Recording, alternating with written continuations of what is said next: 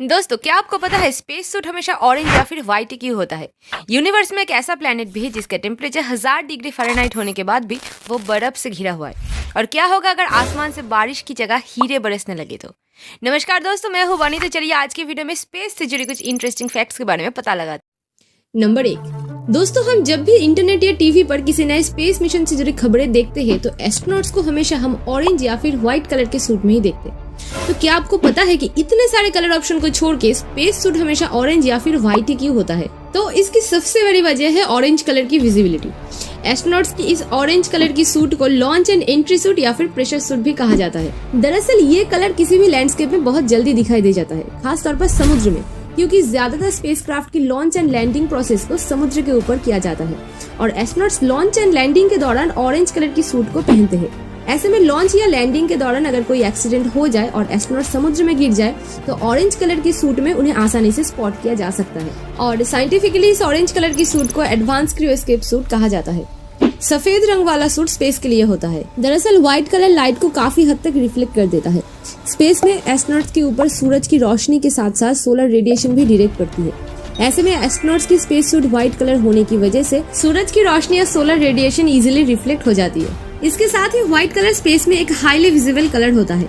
इससे एस्ट्रोनॉट्स को एक दूसरे को पहचानने में आसानी होती है। नंबर 2। दोस्तों, 1000 डिग्री फ़ारेनहाइट की गर्मी में अगर हम ढेर सारा बर्फ मिला दे तो क्या होगा? तो उत्तर है कुछ भी नहीं होगा। हाँ, आप जैसा सोच रहे हैं वैसा होता अगर हम ये एक्सपेरिमेंट धरती पे बैठ के कर रहे होते। लेकिन दोस्तों, सचमुच का एक ऐसा प्लेनेट है जिसका टेम्परेचर 1000 डिग्री फ़ारेनहाइट है, लेकिन वो भी बर्फ से घिरा हुआ। इस प्लेनेट का नाम है ग्लीजा 436b और ये प्लेनेट हमसे 33 लाइट ईयर्स की दूरी पर है, जिसको Geoffrey Marcy, R Paul Butler और स्टीवन एस वोग ने 31 अगस्त 2004 में डिस्कवर किया था। इस प्लेनेट की सरफेस की टेम्परेचर 1000 डिग्री फ़ारेनहाइट है, मतलब कि 537.7 डिग्री सेल्सियस। 100 डिग्री पर पानी इवेपोरेट होता है और 0 डिग्री पर पानी बर्फ के रूप में जम जाता है। तो फिर जलती हुई बर्फ ये कैसे पॉसिबल है? दरअसल इस प्लेनेट की ग्रेविटी इतनी स्ट्रॉन्ग है कि इसने अपने अंदर मौजूद पानी को बर्फ में बदल दिया है। जिस तरह एक्स्ट्रा हीट और दबाव में आने पर कार्बन हीरे में बदल जाता है, उसी तरह जब ग्लीजा 436b पर पानी उन्हीं सिचुएशन के कांटेक्ट में आता है तो ये बर्निंग आइस कहलाता है। नंबर 3। 13 अप्रैल 2029। इस डेट को आप अच्छे से नोट करके रखिए, क्योंकि इस डेट में आपको कुछ खास देखने को मिल सकता है। इस दिन 1210 फीट का एक एस्ट्रॉयड पृथ्वी की सतह से 32,000 किलोमीटर से भी कम दूरी से गुजरेगा और इस एस्ट्रॉयड का नाम रखा गया है एपोफिस। ये एस्ट्रॉयड धरती के इतने पास से गुजरेगा कि हम इसको शायद धरती से देख पाएंगे। एपोफिस इतना शक्तिशाली है कि अगर ये पृथ्वी से टकराता है तो 1000 मेगाटन TNT के ब्लास्ट की इक्वल तबाही मचाएगा। इसको आसान शब्दों में समझाऊं तो साल 1945 में हिरोशिमा में जो एटॉमिक बॉम्ब गिराया गया था उसकी पावर लगभग 15 किलोटन TNT का था। 1 किलोटन इक्वल टू 1000 टन और 1 megaton equal to 10 lakh ton. अभी आप इमेजिन कर लीजिए कि ये कितना खतरनाक हो सकता है। लेकिन फिलहाल साइंटिस्ट ने ऐसी कोई भी पॉसिबिलिटी के बारे में श्योरिटी नहीं दी है। नंबर 4। दोस्तों, इस पिक्चर को ध्यान से देखिए। देखने में आपको ये एक आम क्रिसमस ट्री की पिक्चर जैसा लग रहा होगा। दरअसल ये पिक्चर है गैस और स्टार से बने एक ग्रुप की। सितारों की इस झुंड का नाम है NGC 2264। नासा ने 19 दिसंबर को चंद्र एक्स्ट्रा ऑब्जर्वेटरी से इस कमाल की तस्वीर को कैप्चर किया। सितारों की इस कमाल की ग्रुप को क्रिसमस ट्री क्लस्टर भी कहा जाता है। ये क्लस्टर धरती से 2500 लाइट ईयर्स की दूरी पर है और इस इमेज को नासा ने अलग अलग टेलीस्कोप की मदद से कैप्चर किया है। नंबर 5।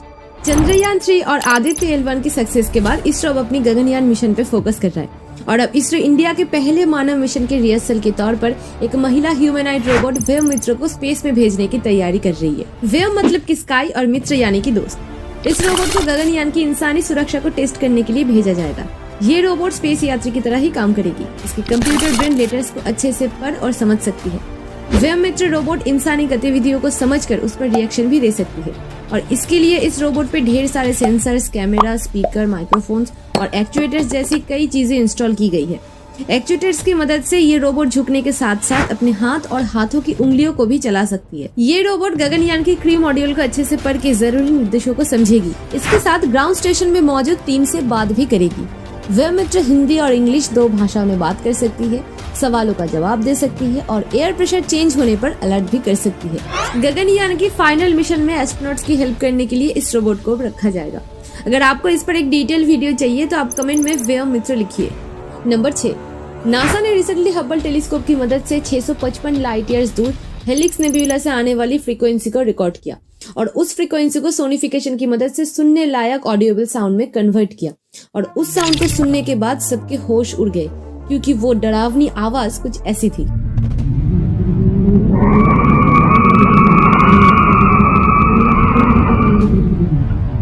और इससे भी अजीब आवाज उनको 7000 लाइट ईयर्स दूर पिलर्स ऑफ क्रिएशन नेबुला के फ्रीक्वेंसी डेटा से मिली, और वो साउंड सुनने में कुछ ऐसी थी।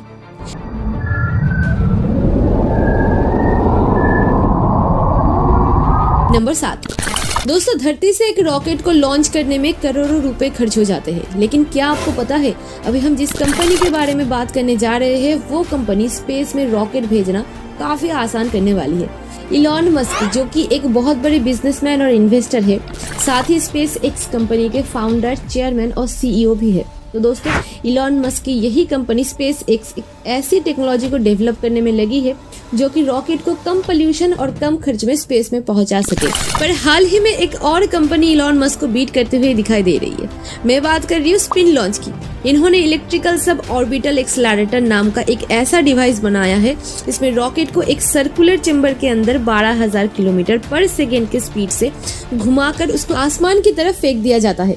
इतनी तेजी से घूमने के कारण ये जमीन पर ही ग्रेविटेशनल पुल को पार करके स्केप वेलोसिटी को क्रॉस कर देता है, और इस टेक्निक को पुराने रॉकेट लॉन्च टेक्नोलॉजी से 10 गुना सस्ता भी बताया जा रहा है। नंबर 8।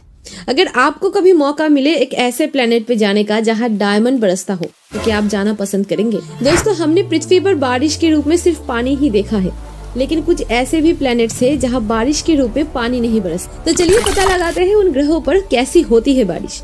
जैसे मरक्यूरी में बारिश होती ही नहीं, क्योंकि बुध पर लगभग कोई एटमॉस्फेयर नहीं है। दिन के समय यहाँ का टेम्परेचर 430 डिग्री सेल्सियस तक हो जाता है, वही रात के समय -180 डिग्री सेल्सियस तक टेम्परेचर पहुँच जाता है। वीनस पर होती है तेज सल्फ्यूरिक एसिड की बारिश। मार्स में बारिश नहीं होती, पर स्नोफॉल होती है कार्बन डाइऑक्साइड की। नेपच्यून पर बारिश होती है डायमंड्स की। वही साइंटिस्टों के नए रिसर्च में पता चला है कि नेपच्यून के अलावा सैटर्न में भी डायमंड्स की बारिश होती है। HD 189733 प्लैनेट पर ग्लास की बारिश होती है। टाइटन पर बारिश के रूप में मीथेन बरसती है, और ओगिल TR56b नाम के इस प्लैनेट पर लोहे की बरसात होती है। नंबर 9। हमारे सोलर सिस्टम की सबसे बड़ी इस प्लैनेट का नाम है जुपिटर। तो मॉन्स्टर जैसे इस प्लैनेट के अंदर लगभग 1300 पृथ्वी आराम से फिट हो सकता है, लेकिन क्या आपको पता है कि इसी मॉन्स्टर की वजह से आज पृथ्वी पर जीवन मौजूद है? ऐसा इसीलिए क्योंकि जुपिटर हमें 2 बड़े खतरों से बचाता है। पहला ये कि इसकी ज्यादा ग्रेविटी होने की वजह से ये धरती को एक सर्कुलर ऑर्बिट में बांधे रखता है। अगर जुपिटर नहीं होता तो अर्थ एक इलेक्ट्रिकल ऑर्बिट में सूरज का चक्कर लगाता, जिसकी वजह से मौसम में काफी बदलाव आ जाते और धरती पर शायद लाइफ इम्पॉसिबल हो जाता। दूसरा है, जब भी कोई एस्ट्रॉयड धरती से टकराने वाला होता है तब जुपिटर अपनी ज्यादा ग्रेविटी की मदद से उस एस्ट्रॉयड को अपनी तरफ खींच लेता है, और इसी वजह से इसे सोलर सिस्टम का वैक्यूम क्लीनर भी कहा जाता है। लेकिन मिलियन ऑफ ईयर्स में कभी कभी इसका उल्टा भी हो जाता है, जिस वजह से धरती से डायनासोर्स खत्म हो गए। जब एक विशाल एस्ट्रॉयड अपने रास्ते जा रहा था, तभी जुपिटर ने इसे अपनी ग्रेविटी की मदद से खींच लिया, और वो एस्ट्रॉयड धरती से पृथ्वी की तरफ आ गया, जिस वजह से धरती से सारे डायनासोर्स विलुप्त हो गए। वैसे अगर आपको इस एस्ट्रॉयड के बारे में जानना है तो आप डिस्क्रिप्शन में दिए गए लिंक पर क्लिक करके देख सकते हैं, और ऊपर आई बटन में भी आप क्लिक करके इस वीडियो को देख सकते हैं। तो आज के वीडियो में आपको कौन सा टॉपिक सबसे अच्छा लगा कमेंट में जरूर बताइए। वीडियो अच्छा लगे तो वीडियो को लाइक करके सबके साथ शेयर कीजिए, क्योंकि नॉलेज बांटने से ही बढ़ता है। और ऐसी ही इंटरेस्टिंग वीडियोस के लिए अननोन बातें को सब्सक्राइब करके बेल आइकन को हमेशा ऑल पे रखिए।